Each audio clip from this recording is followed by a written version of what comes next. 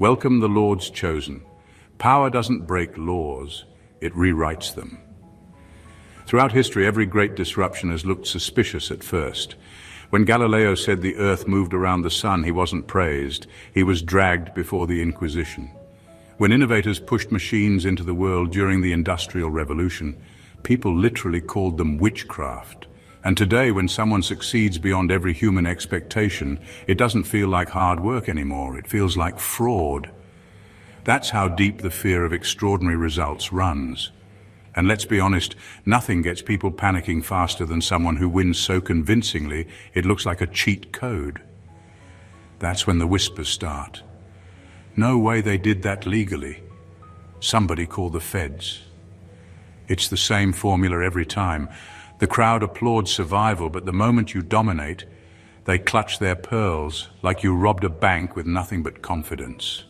Think about it. The human brain is wired to protect patterns, not shatter them. So when you tear through limits and deliver results that feel impossible, you don't just win, you make their entire playbook look outdated. And outdated people don't clap, they investigate. So here we are, chosen ones. You didn't just cross the finish line, you broke the speedometer. And now, your very existence feels so unbelievable it might as well come with an FBI case file. Number one, when winning looks like a crime, you've broken an unwritten law of power. That's the kind of victory most people never prepare themselves to witness. Everyone is comfortable with you struggling, grinding, or even making small progress because it reassures them that life is fair. They can look at you and think, okay, they're working hard, just like me. But the second your results leap beyond what anyone thought was possible, something shifts. Suddenly it doesn't look like effort anymore, it looks like sorcery. The same people who once encouraged you now feel uneasy because your win doesn't fit into the tidy box of what they consider normal. Here's the truth. Society silently enforces limits, not just through laws, but through expectations. There are unspoken ceilings for how much success you're allowed to have, how quickly you're allowed to have it, and how bold you're allowed to be while getting it. When you smash through those ceilings, it feels to others like you've committed a crime against their worldview. You've proven that the limits they swore were real were nothing but illusions. And people don't forgive that exposure easily. It forces them to face their own excuses. That's why the phrase "too good to be true" exists. It's not just skepticism, it's a defense mechanism. It's a way of saying, if I can't see myself doing it, then you must have done something shady to achieve it. They don't care about your sacrifices, your sleepless nights, or the countless rejections you overcame. Those details don't fit the narrative. What they see is the outcome, and it looks so far removed from their reality that the only explanation they can accept is that you must have broken the rules. This is the irony. True excellence feels illegal to those who settled for average. You didn't just play the game better. You made the game itself look like it was designed for people to stay stuck. That's what rattles them. You exposed a truth they'd rather keep hidden. The ceiling wasn't real. The chains weren't locked. The limits were never laws, only agreements they made with their own fear. And now, by breaking those invisible contracts, you've turned your win into a verdict against their resignation. To them, that's a crime. To you, it's just the evidence that you refuse to settle. Number two, they don't call the feds because you're wrong. They call them because you're right. That's the paradox of true success. When your life starts producing results that can't be denied, people don't celebrate you the way you think they will. Instead, they panic. Your consistency, your growth, your breakthroughs, they strip away the comfortable lies people tell themselves about why they never moved forward. And that's what scares them. It's easier for them to believe something unlawful must be happening than to admit you simply did the work they avoided. This is the twisted part. Mediocrity never gets investigated.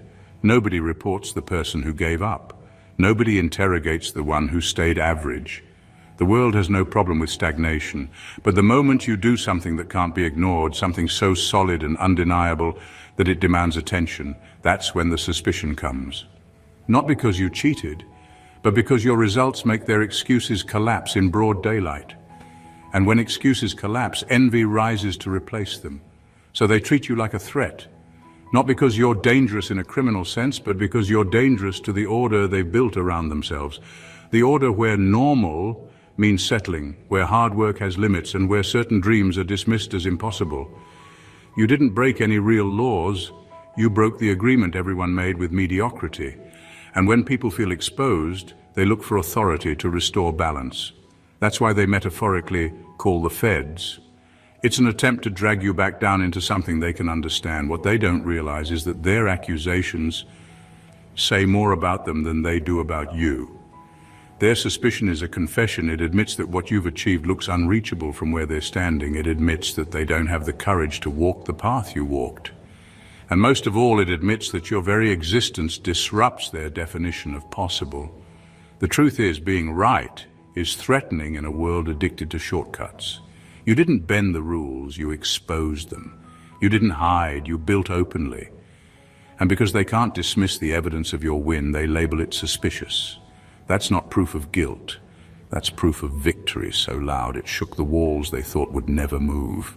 Number 3, success beyond expectation feels illegal to those who settled. It's not that what you achieved is actually against the law, it's that it doesn't fit the mental framework most people live by. For them, life is about small wins, occasional breakthroughs, and a long list of compromises. They normalize the idea that certain levels of greatness are only reserved for the lucky, the connected, or the chosen few. So when you step outside that script and deliver results they never even imagined for themselves, it creates an instant tension. Your existence proves that they could have gone further, but they didn't. And that sting doesn't feel fair to them. This is why extraordinary success almost always gets misinterpreted. If you rise too high, too fast, or too boldly, it doesn't look like discipline. It looks like trickery.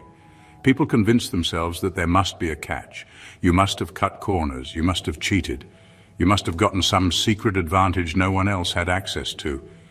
The reality is what you had was the nerve to keep going where they stopped. But admitting that would mean holding a mirror up to their own resignation, and most people would rather accuse than reflect. There's a strange comfort in believing life is rigged. If life is rigged, then failure isn't your fault. It's just the system. But when someone like you steps into the picture and wins in a way that looks impossible, that comfort disappears. Suddenly failure is no longer inevitable, it's a choice. And that realization is unbearable for people who have built their entire identity around settling. So instead of learning from your example, they brand your results as suspicious, almost criminal. The truth is, you shattered the scale they were using to measure success. You reached heights that were never even on their radar, and that offends their sense of reality. They want success to be predictable, gradual, and within boundaries that feel safe. Anything beyond that feels like theft, like you stole possibilities that weren't supposed to exist. But the only thing you really stole was the excuse they used to hide behind. You proved that the ceiling was imaginary, and when people realize they've been living under a fake ceiling their whole lives, your win doesn't look inspiring to them. It looks unlawful, it feels unfair, it feels like you broke into a future they swore was locked. Number 4, unusual victories are always framed as unfair advantages, because the human mind struggles to connect extraordinary outcomes with the invisible grind behind them. People are conditioned to understand effort only when it looks familiar. Long hours they can see, struggles they can relate to, failures that fit their version of struggle. But when the result looks far bigger than what they expected from you, they don't pause to ask what you endured, they default to suspicion. It feels easier to assume you had a shortcut than to confront the possibility that your persistence went deeper than theirs ever did. That's the curse of sacrifice. It's silent. Nobody watches you break in private and rebuild yourself 100 times. Nobody sees the years of obscurity, the rejections, the sleepless nights, the risks that nearly drowned you.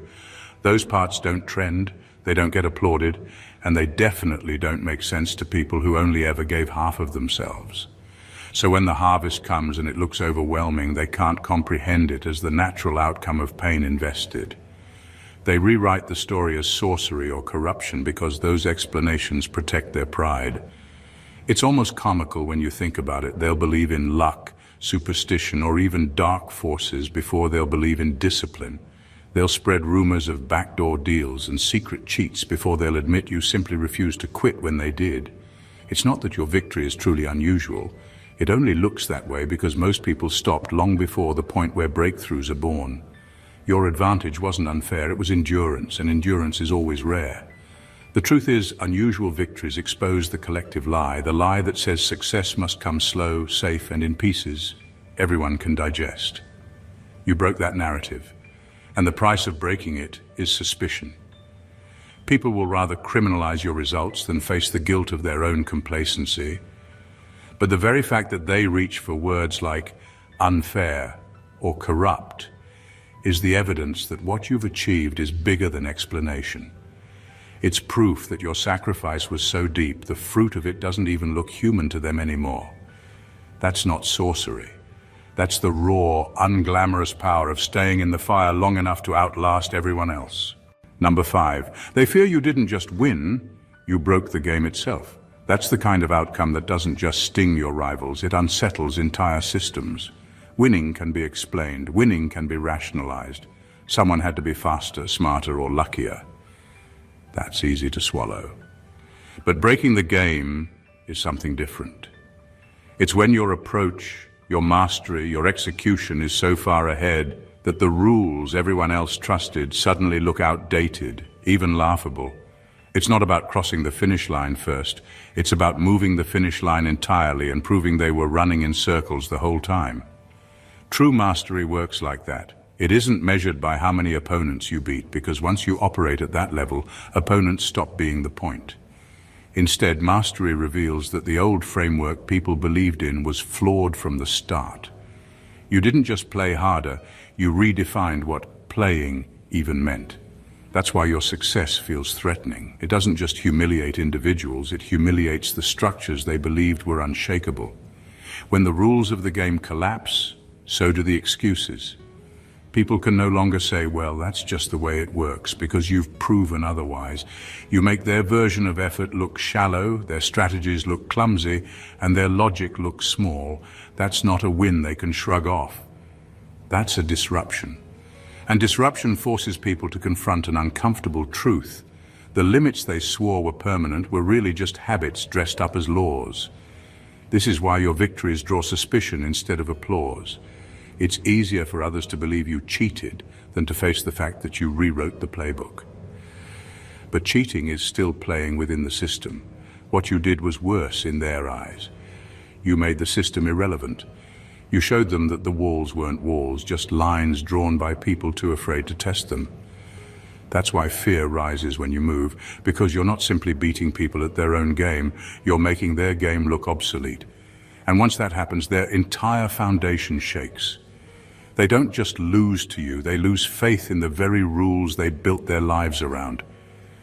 That kind of mastery doesn't inspire claps. It inspires panic. Number 6, authority always investigates what it doesn't understand. That's the reflex of power. Not curiosity, not humility, but suspicion. When something or someone steps outside the pattern they've learned to monitor, the default reaction isn't to ask how it's possible, but to assume it must be a threat. Power structures survive by control, and control depends on predictability. If they can't predict you, they can't control you. So the system treats brilliance like a crime scene, not a breakthrough. This is why so many innovators, leaders, and disruptors in history were first branded as dangerous long before they were ever celebrated. The unfamiliar is unsettling, and anything that unsettles authority gets filed under potential danger. When you produce results that look impossible within the boundaries they set, they don't pause to learn. They launch an investigation because in their minds, nothing extraordinary can exist without some hidden illegality.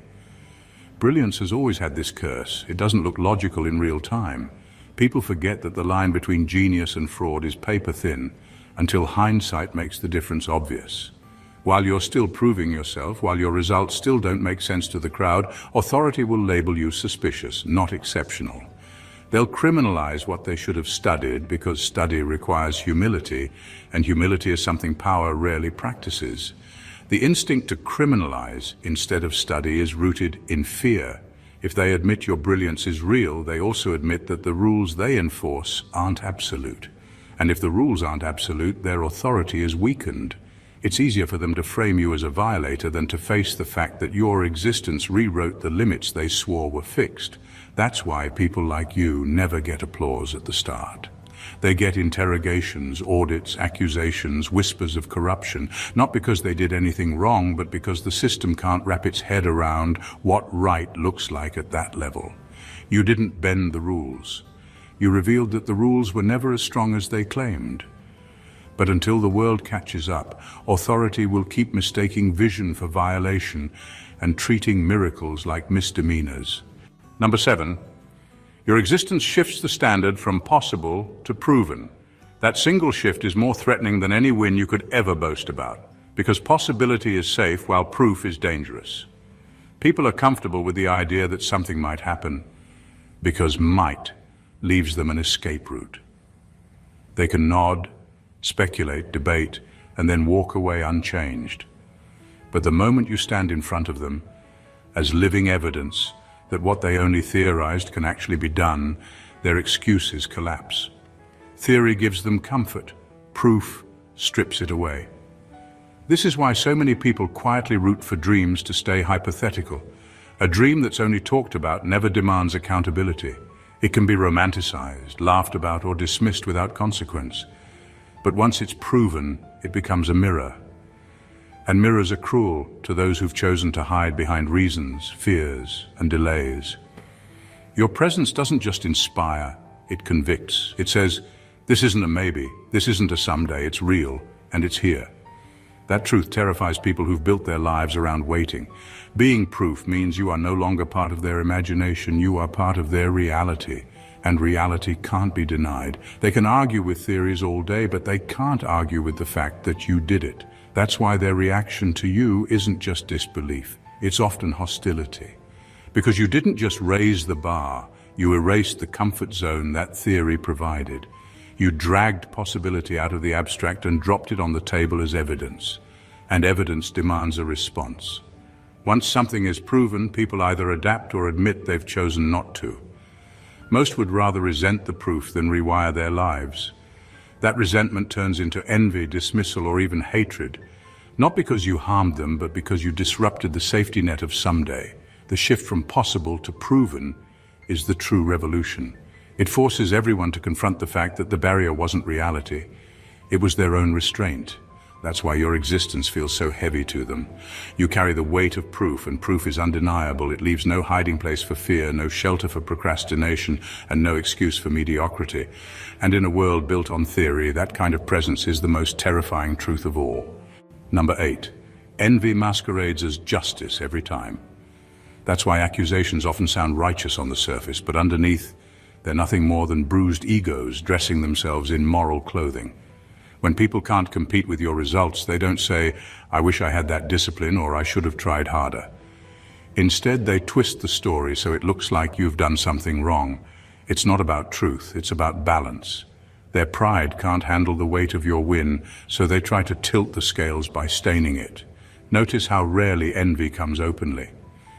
People don't usually admit, I hate that you're better than me right now. No, they turn it into suspicion, into whispered rumors, into concerns about fairness. They say things like, it doesn't add up, or nobody gets that far without help. It sounds like logic, but it's really self-protection. Their ego can't sit comfortably while you prove what's possible. So it builds a case against you to make your achievement look unearned.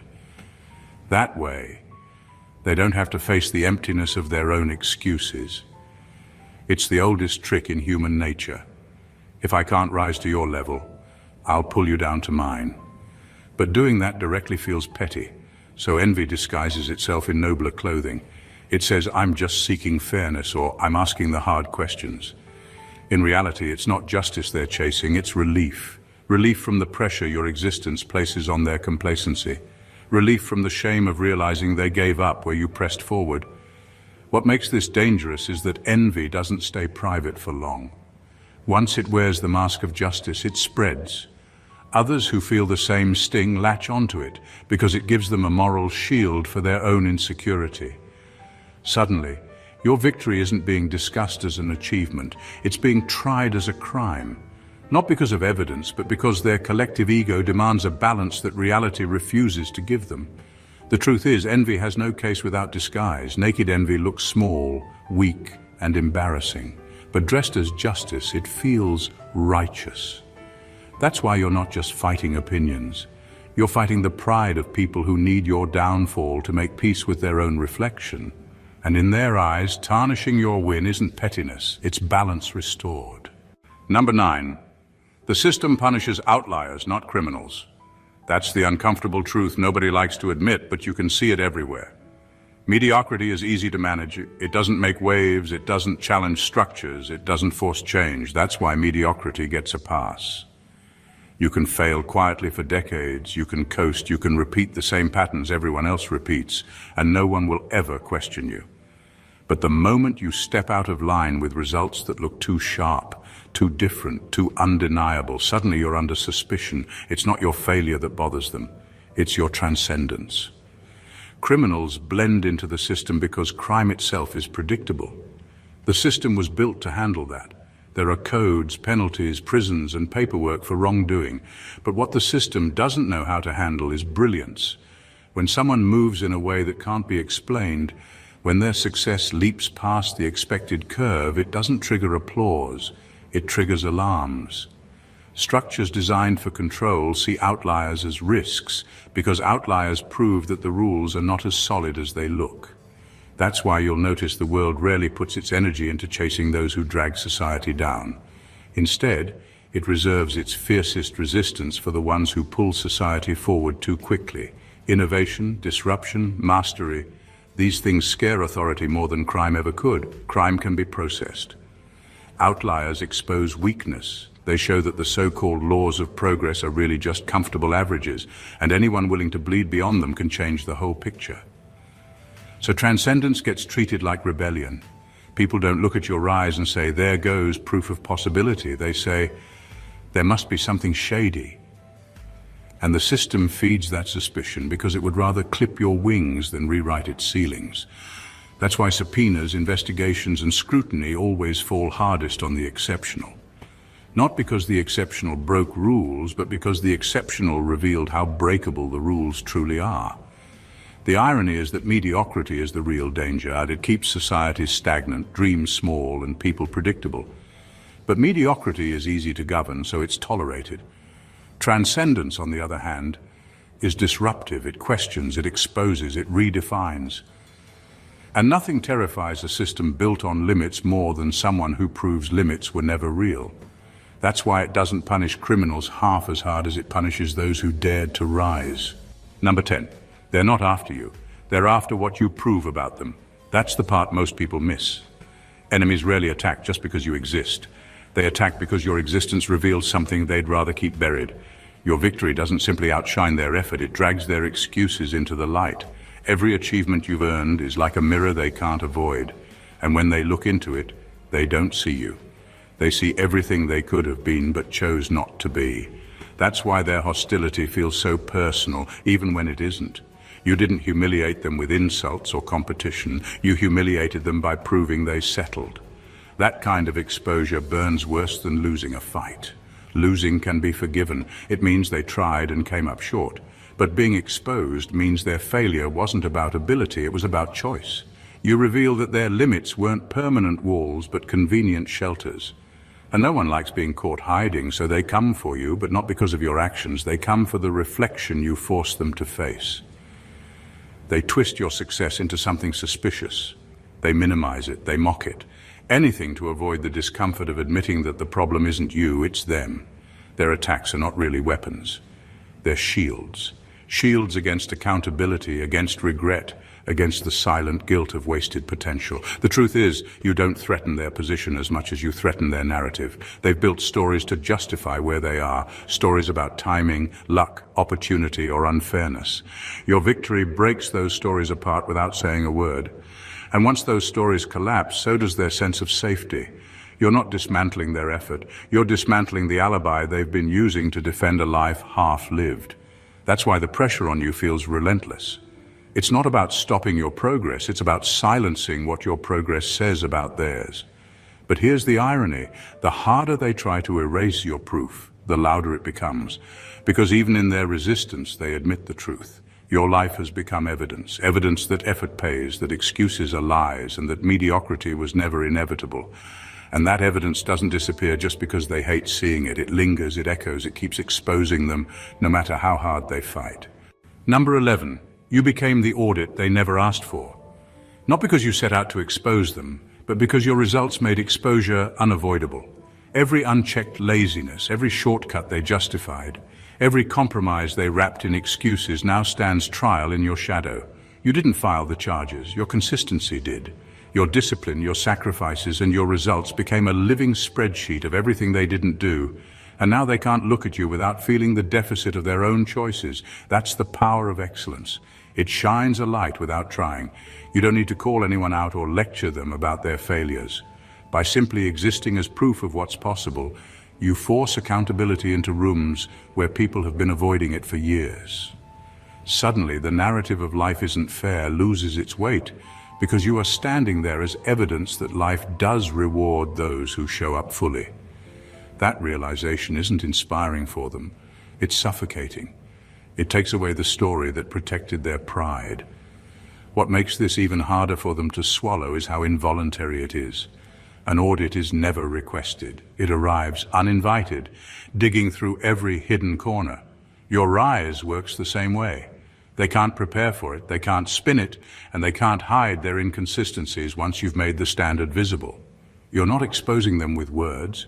Your existence is doing it silently, like a light turned on in a room full of clutter. And because of that, they treat you like the problem. Not because you did anything wrong, but because you became the evidence they never wanted anyone to see. People can forgive losing to an opponent. What they can't forgive is losing to their own reflection. You've become that reflection, not a rival, but a reality check. Every corner they cut, every time they settled, every time they said, "This is just how things are," is now glaringly obvious next to what you've achieved. This is why their reaction feels more like resentment than applause. You've stripped away their ability to hide behind excuses. Your life is a silent audit, and audits by nature are uncomfortable. They don't hate your success. They hate that your success exposes the lie that theirs was impossible. Number 12. Illegal is just their word for unattainable without courage. That's what it always boils down to. When people see you reach levels they secretly dreamed of but never dared to chase, they need a way to explain it without confronting their own fear. So they don't call it sacrifice, they don't call it persistence. They don't call it the years of pressure, rejection, and risk you endured. No, they call it suspicious. They label it unfair, shady, or impossible because that narrative saves them from admitting the truth. You paid a price they weren't willing to pay. Suspicion is their shelter. It protects them from guilt. It's easier to believe you found some hidden loophole than to admit you burned through doubt and failure until you broke through. If they admit you did it the hard way, then suddenly they have no excuse for not doing it themselves. That thought is unbearable. So, illegal becomes a disguise for their own surrender. They frame your courage as corruption because it hurts less than recognizing their own cowardice. The irony is that what they're calling suspicious is exactly what makes you different. The late nights, the loneliness, the risks, the times you kept going when it made no sense. That's the invisible bill you paid for what you now hold. But to them, those moments don't exist. They only see the outcome. They only see the shine, not the scars. And because they never had the courage to endure that kind of process, they assume no one else could either. This is why your success doesn't feel like proof to them. It feels like a threat. Proof would mean admitting they chose comfort. Threat means they can dismiss it as something unreal, something illegitimate. They cling to that story because it lets them keep sleeping at night. But deep down, they know that every time they say illegal, what they really mean is, I could never survive what you survived. At the heart of it, illegal is just a confession in disguise. It's the ego admitting, I wanted the reward without the risk, the crown without the cross. And when faced with someone who actually endured it all, they can't handle the mirror. So they don't call you brave, they call you suspicious. Not because you cheated, but because you exposed the cost they refused to pay. Number 13, your win feels rigged because their effort was rigged. That's the truth no one wants to say out loud. Most people don't actually give their best.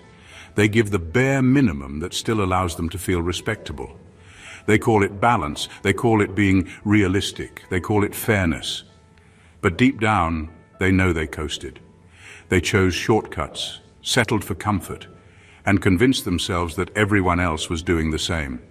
So when you show up bleeding from battles they never fought, carrying results they never imagined, it doesn't look like destiny to them. It looks like cheating. That's because your grind exposes theirs for what it really was, half-hearted. They built their narrative on the assumption that effort has limits, that success should only come in measured doses, and that too much achievement too quickly must mean something shady. But your existence smashes that narrative. You didn't just work harder, you worked truer. While they played safe, you risked it all. While they coasted, you carried weight they wouldn't touch. While they called the ceiling law, you called it a challenge. That contrast is unbearable to them.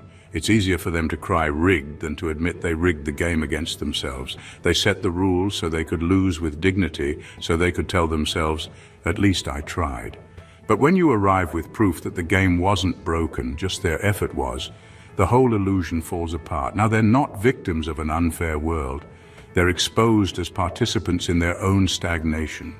And that exposure feels like humiliation. The beauty of your win is that it didn't need to be rigged. It needed scars, it needed courage, it needed late nights, empty rooms, and sacrifices that couldn't be posted for applause. That's the real difference. You paid in pain what they refused to pay in persistence. But when the bill came due, you had already cleared it and they were still holding counterfeit effort. So of course they say your victory feels suspicious. Of course they call it unfair. To admit it's real would mean admitting they coasted while you bled, and no one wants to confess that. But the truth doesn't change. Their effort was rigged for mediocrity, and yours was rigged for destiny. That's why the crown fits you and crushes them. Number 14, history will call it genius, but in real time they'll call it criminal. That's how transformation always looks when it first arrives. Revolutions never enter the room politely. They slam the door on old traditions, and that noise unsettles the comfortable. People don't see the brilliance at first because brilliance disrupts their rhythm. It asks them to abandon what they know, and most would rather cling to broken systems than embrace a truth that feels too sharp, too sudden.